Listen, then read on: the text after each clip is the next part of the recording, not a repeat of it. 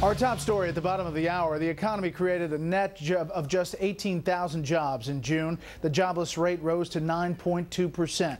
Unemployment has topped 8% for 29 straight months now. That is the longest streak since the Great Depression. Even the military is feeling the effects. National security correspondent Jennifer Griffin reports the armed services are cutting jobs. Just 4 years ago, at the height of the fighting in Iraq, the military services were having a hard time meeting their recruiting goals. There was talk of the Army breaking and the nation not having enough fighters to conduct its wars.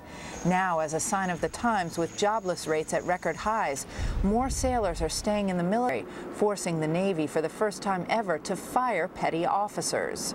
In August, the Navy will convene a board to review the cases of 16,000 sailors and eliminate 3,000 positions, about 1% of the force. There's no retirement for them, and there's no severance for them. Congressman Mike Coffman sits on the House Armed Services Committee and served in the Marine Corps. This is very unusual to this degree. I mean, there have been times when we've had economic downturns where certainly retention has gone up, but it's never gone up to this level. The Air Force retention rates are also up at a 6-year high, causing it to convene a similar reduction in force, or RIF board.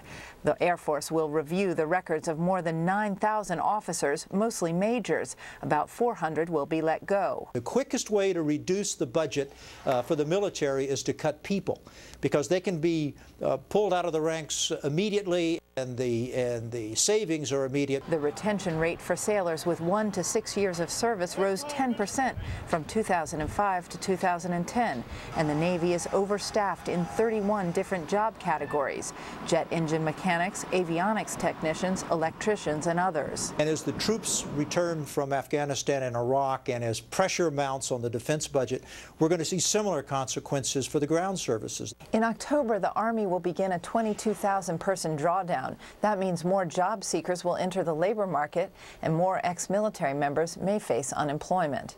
At the Pentagon, Jennifer Griffin, Fox News.